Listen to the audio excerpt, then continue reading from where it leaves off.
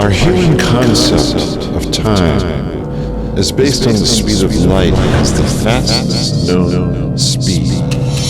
However, now I've harnessed tachyons, which travel faster than the speed of light. Hence, I am now able to create a new paradigm for perceiving time.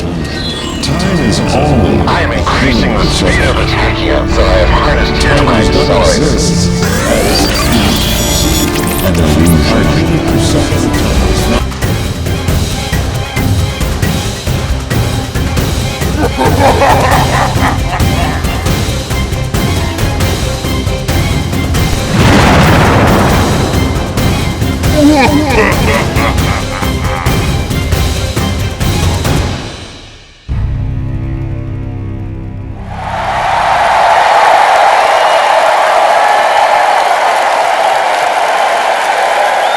Thank you for coming here. Everyone here, thank you.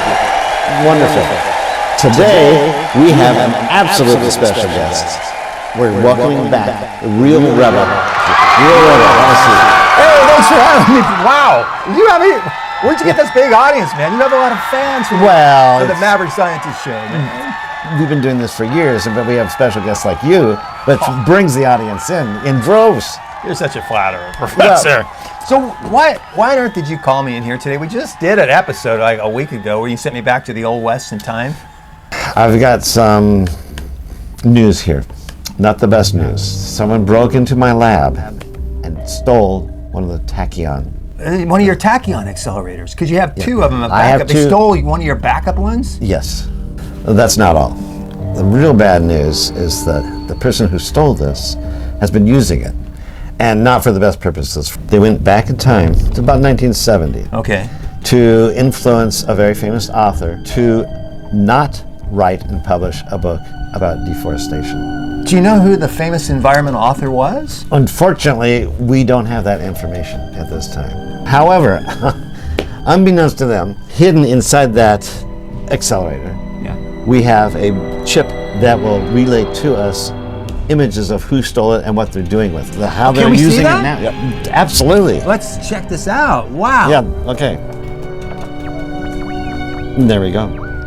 This must be his office. Quick, get that door open. Hurry. So many trees, they could chop them down. For paper, they have such an abundance of paper, they can waste it on just doing one-sided, printing them on one side.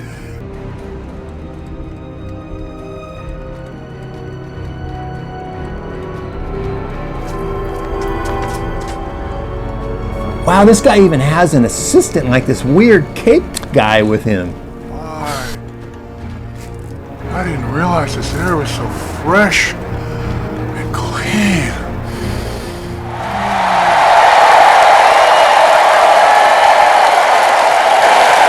Professor, I know who that person is. I don't know who his assistant with the cape is, but that's Charles Hurwitz. In 1985, he owned a company called Maxim that took over our local Pacific Lumber Lumber I didn't company. recognize him. Over the next 15 years, he accelerated the logging of old-growth redwoods in the Headwaters Forest, which at the time was the largest holding of old-growth redwood in the entire world. Yeah. And he took it over and started accelerating the logging of that. Yeah.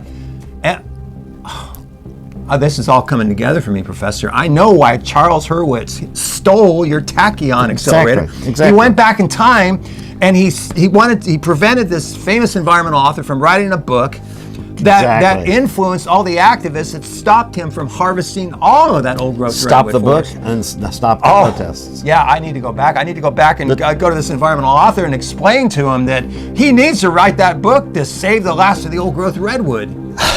Absolutely, by all means. Let's do it. I can't believe Charles Hurwitz is at it again.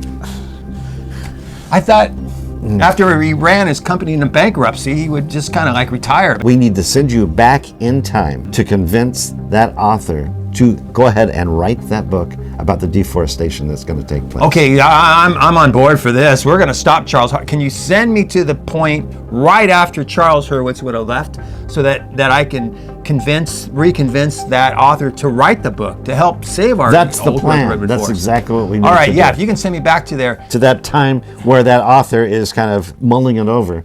So when I'm out there, and if I need to communicate with you, do I have to zip back here again using this? Or is there an easier way we can communicate? No, from now on, we're going to use this. And this way I can communicate with you at all times, wherever you are. Okay. Now, Real Rebel, you can't go into the past wearing that. Oh yeah, that's right. Real Rebel wouldn't Yeah. exist then. Right. So what we have here is an authentic piece of clothing that's appropriate for that time. Like a 1970s stuff. Yeah, All right. there it is. It's from the 1970s. All right, You got I'll from a put that on. museum. Yeah, I can do that. Let me see. Wow. Well, Kind of like it. good. It should be comfortable. Hey, that looks good, Real Rebel. Yeah, I think I'll blend right in the 70s. It's kind of like a Renaissance fair kind of thing. Absolutely, yeah. It looks great. That's going to work. I'm ready. Let's do Oh, it. let's do it. Okay, so we're going to open this up, Okay. get the right year in place. Are you ready to go? I'm ready, man. Hit the button to go. Let's do it. Here we go. Good luck, Real Rebel. The whole Redwood Forest depends on you. We all do. All the best. Good luck.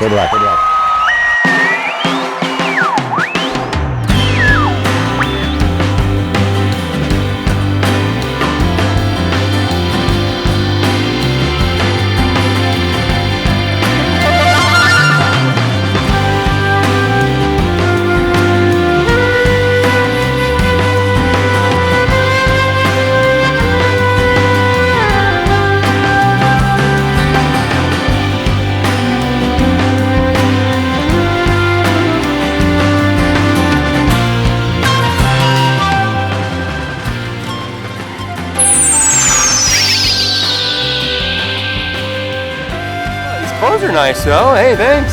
Yeah, I admit that kind of Renaissance festival style, but it'll do nicely. A lot better what I was wearing. Okay, Real Rebel, that looks great. You're gonna fit right in. The author is right over there, so I want you to go over there and talk to him and get that author to write this book. It needs to be written. Good luck. Oh, I give up. How can you trees be so beautiful and at the same time be so difficult to sketch? Oh, maybe that man was right. Maybe this just isn't my style of story to write. Perhaps it's just not meant to be. Hey, excuse me. Nice to meet you. I couldn't help to notice you were sketching these trees out here. Why is that? Maybe a book about forestry or... Why? Yeah, why were you sketching these Well, trees I here? was planning to write a story about trees and was pretty excited about getting started too. Uh-huh. But this odd fella came by a little while ago, Yeah, and when I told him about the That story, guy with a cape, yeah. he told me it was a bad idea.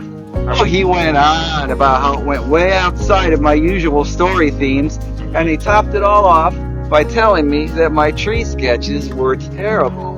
You're a famous environmental author, right? Famous Well environmental known. author? No, I mean, I write children's stories. I wouldn't call that environmental writing. Children's... wait a minute. What's your name? Giesel's the name. Theodore Giesel. Giesel. I can't remember that as a famous environmental author. Can you just hold it a minute? I'll be right back. I got to think about this for a minute. Okay, you can keep painting. Okay.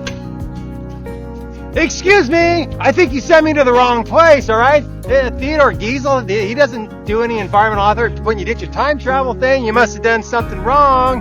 Hello. Real Rebel, you're talking to the right guy. I'm 100% certain this is the person you need to talk to for him to write that book that the world needs. All right, I got some work to do. Yes, Real Rebel. You don't give up. You do the right thing at the right time. Go for it. Are you certain that you never wrote any books about environmental policy, environmental issues? You know, something from years ago, way back, something about forestry, maybe? You certain you never wrote anything like that? Nope. Listen, maybe if I show you one of my books, that'll be helpful. Okay, I think I have one of my favorites. Yeah, good right idea. here. Let's see what you've written before.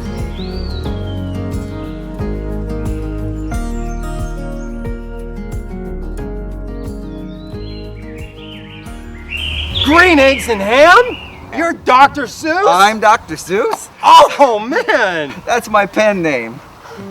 Oh, I can't believe I'm actually talking to Dr. Seuss, man. Oh, I read all your books when I was a kid. I grew up with your books, man. Oh, I do not like green eggs and ham. I do not like them, Sam, I am. You were saying something about you were wanting to write a book about trees. What's that all about? Well, ever since that big hullabaloo in 1970 over the Earth Day event that Senator Nelson started, I've been really eager to write a story about the ecology.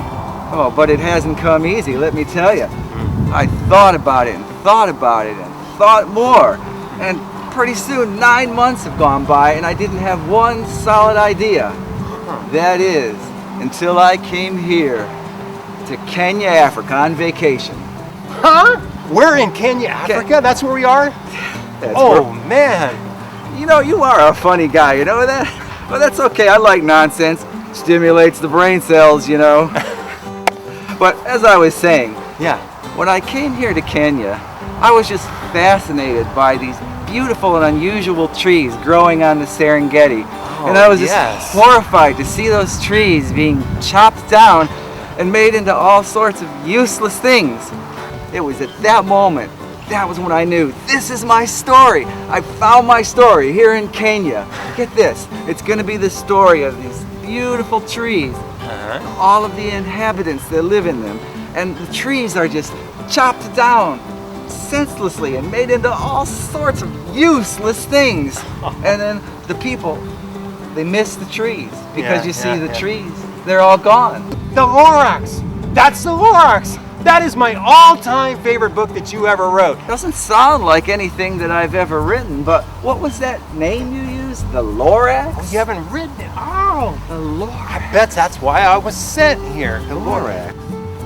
Yes, the Lorax. I am the Lorax, and I speak for the trees, which you seem to be chopping as fast as you please. I like that. I like that.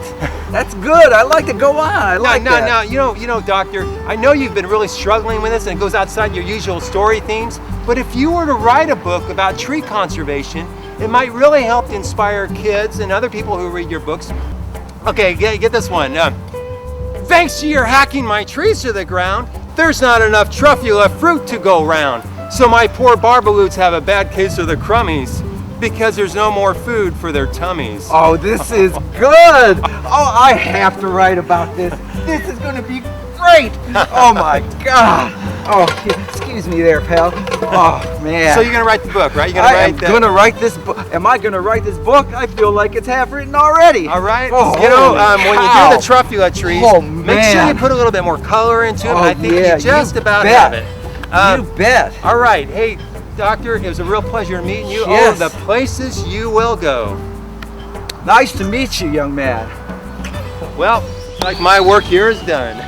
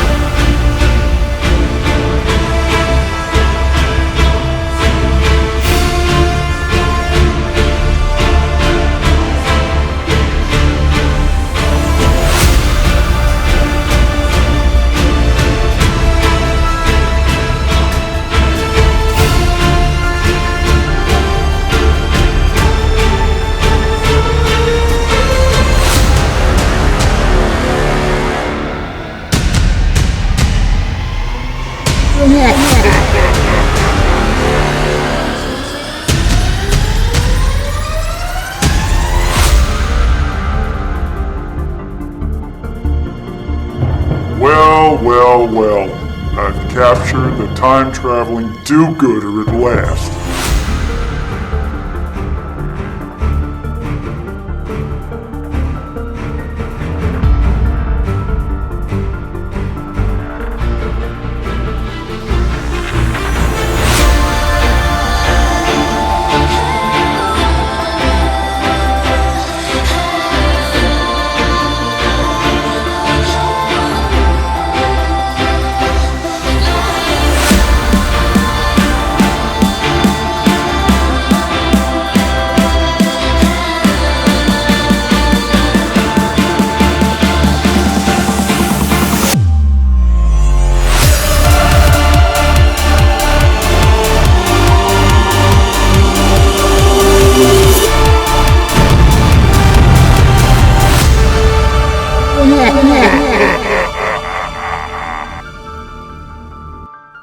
going to send me back to the point in time right after Charles Hurwitz went back in time to convince this famous environmental author not to write the book. And I need to go right after that person and reconvince him to write that famous book.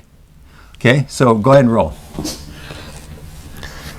I don't think this makes sense, right?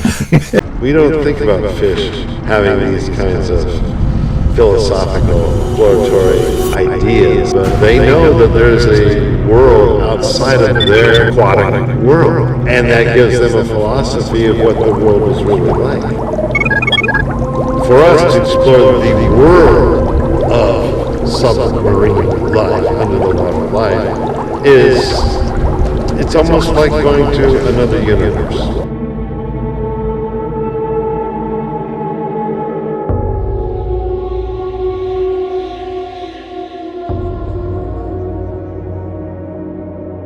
The more we know about the environment in which the fish live, the better chances we have are to succeed. Just as if another species were trying to study us, they would find out what kind of air we breathe, what kind of land we live on. Okay, what we're doing right now is trying to get into the mind of the fish. Not that easily done, but we've been studying this for years. People don't give fish enough credit because why did they come to the surface anyway? They want to look around to see what's outside their limits. They're not that different than we are. They're not that different than humans. So what we're trying to do is create this environment which sounds like what they have underwater and have them explore above surface environments.